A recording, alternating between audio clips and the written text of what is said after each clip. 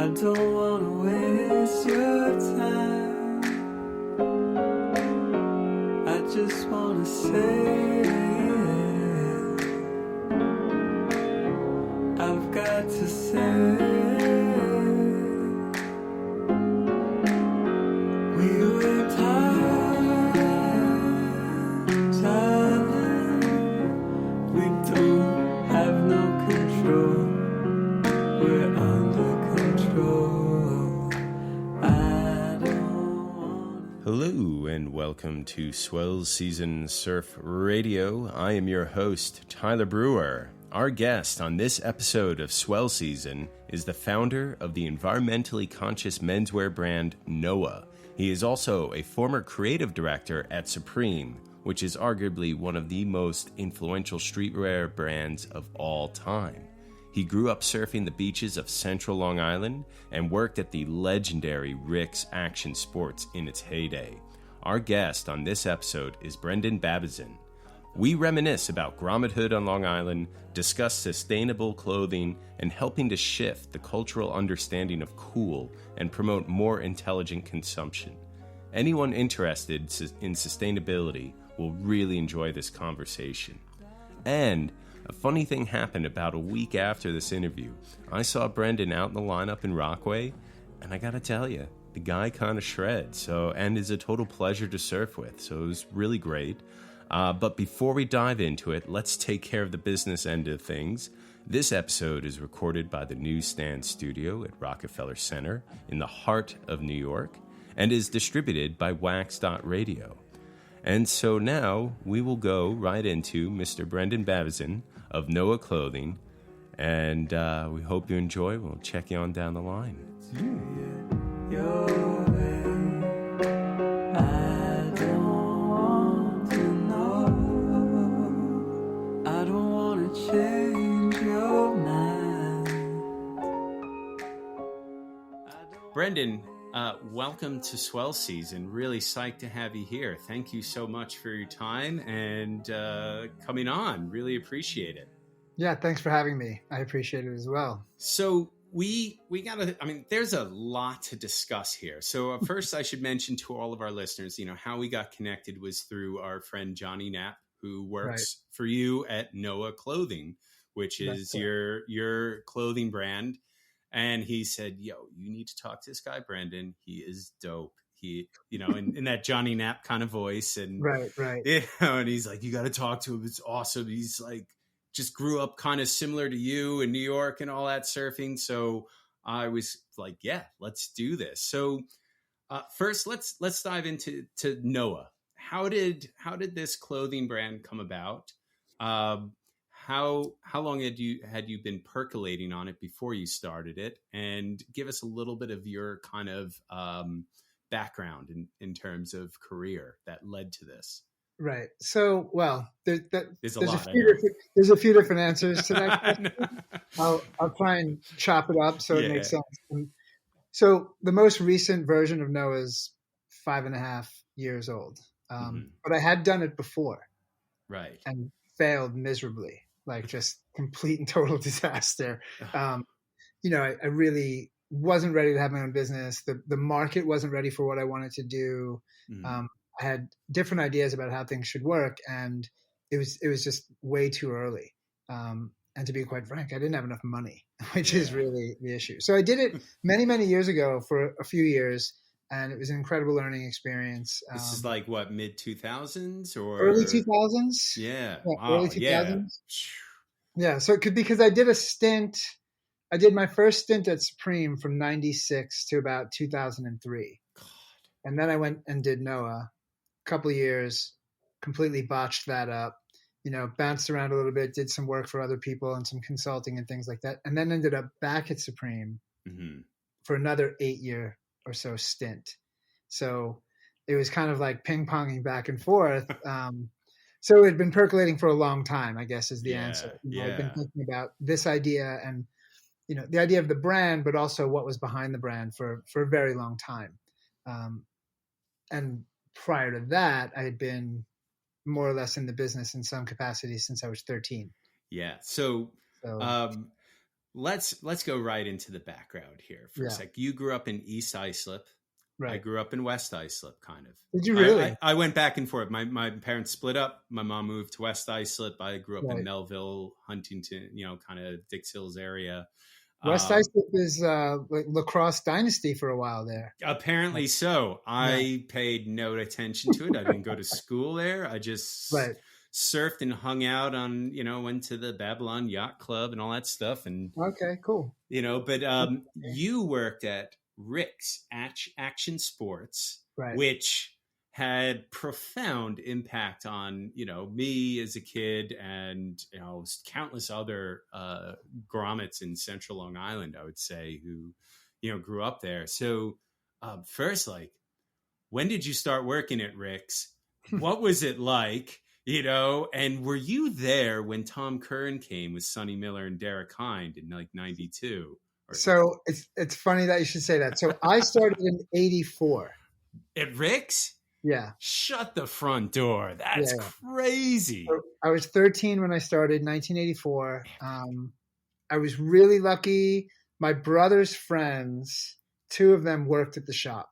My brother's about a year and a half or close to 2 years older than me. Mm-hmm. So I would follow them around, I wanted to skate with them and, wanted to hang out with them. They would kind of always, get out of here, kid, and occasionally they'd let me hang out, skate the lawn tramp or skate the half pipe with them or whatever. But I kind of really looked up to my brother and his friends and just wanted to be like them. And two of his buddies worked at the shop. And I guess I was so hardcore about skateboarding and going to the beach. And they were like, this is the kid to come work at the shop. As they got older, they needed to replace themselves, right?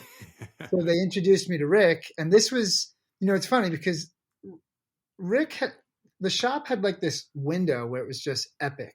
It was the place, from like mid 80s to like early 90s, I would say, right? And and obviously throughout that whole time, you had Bunger and Babylon, which is legendary family, legendary shop, and we kind of were like their competition for a window of time.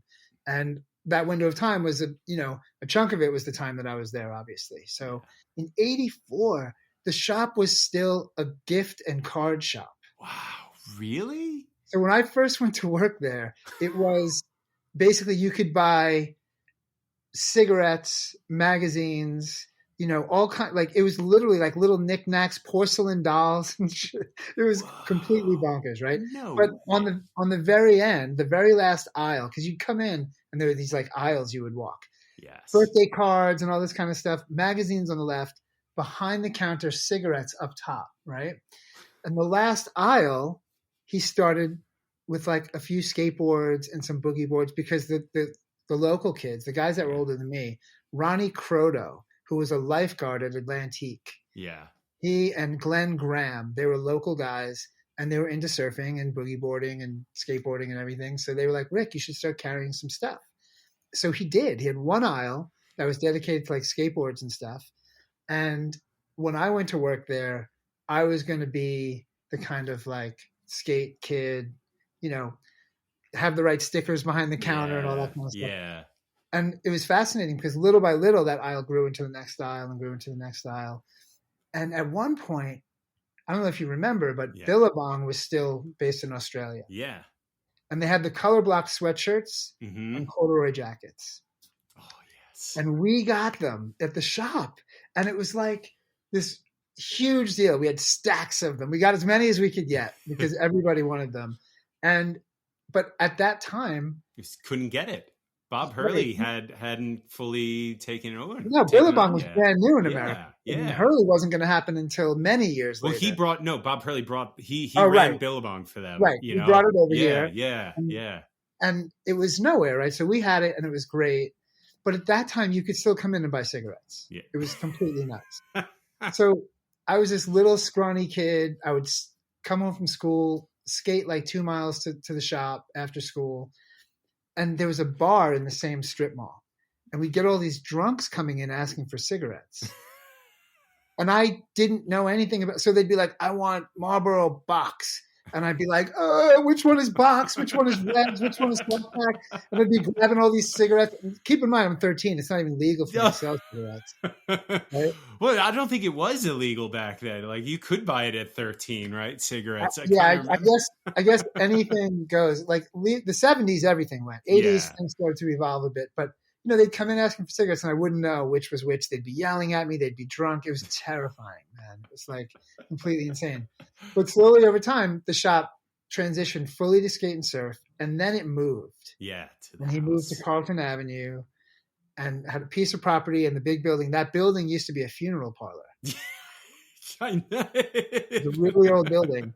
And when we first moved the shop in, there was still like some of the like coffin type stuff in the basement. It was really weird, man. Like, some formaldehyde just hanging out and like completely makeup. Crazy. Like, and I didn't even, it's funny. I'd been in that shop so many evenings alone and I never thought about it once. Because by the time we transitioned the shop into surf, it had no feeling of anything other than it being a house with surf stuff in it. So who painted the tube hallway? It was actually like a canvas. Yeah, I remember. It was like kind of canvas. Like it was like a sheet, and you'd go through and you're like get into the board section in the back. You had to get tubed, Right. So it was like, I don't remember who painted it, but it was definitely an all hands on deck kind of thing. And there was a real serious community of kids and people that were connected to the shop. It was really like home base for so many people. They had one of the best surf teams. I remember because my dad owned Sundown, and so we had our surf team in the 80s, and I remember like seeing Rick's, and they had like the whole uniform at one jacket. Point. Yeah, it was really cool, and like my mom and my stepdad, they would bring me to Rick's because it was close to West Islip, and I had a surf video addiction that I just had to, and he always had some of the best videos to buy. Right. I remember going in there and just being like, I feel like I'm cheating on my dad, but I can't help it. Like this store is great, and they had all the boards, that I wanted, and like, I mean, we had. So this is funny because this is what I think of when I think of a surf shop. We had 300 surfboards in that store. It was nuts. It was so many. We had 200 skateboard decks at any given time. I mean, I used to call the skateboard companies every week to order product, and I was ordering, 200 wheels from NHS to get a 1% discount. Yeah. I mean, just complete lunacy. Like at Christmas time, we would order 144 of a single board from Pal Peralta. That's Think insane. about this. Which one is that? The Steve Caballero? No, every single one. Every one. Damn. 144 Tony Hawks, 144 Tommy Guerreros, 144 Lance Mountains. We would get them delivered in mid-November. Rick's office would turn into a storeroom just for the Powell boards, stacked up. And by Christmas time, they'd all be gone. And that was one company. That's so wild. So I got to ask though, because I'd only seen Rick, I think, surf twice in my life. Right. Once at Ditch Plains, I think, and once at Robert Moses. Was he an active surfer? So when he was younger, he surfed. Mm-hmm. When he got older, he had like back issues and stuff. And like he didn't, most of the time I was there, he barely ever surfed. Like he'd get in the water a handful of times. What's funny about it is after I left, he really got on it again. Yeah. And I'm not entirely sure what happened there. Like, I don't know if he found a doctor that helped him or whatever, but like, I remember seeing when I was long gone living this whole other life that I was seeing photos of him and hearing about him at the beach and everything. And something clicked where he got back into it. But I think for a long time, he was really heavily focused on the business. Yeah. He took care of his parents for a long time. There's a lot about Rick people don't know. Yeah, no, he always seemed kind of a mystery to me because he was quite soft spoken too. He wasn't very loud. He was very kind of quiet, actually, not really salesy at all. Even actually, it was always like didn't know much about him. I didn't realize it until fairly recently that how much I picked up from him. I was going to ask. That was going to be one of my line of questions. I didn't know how much I really took away from that job until recently. I mean, I knew, but I didn't really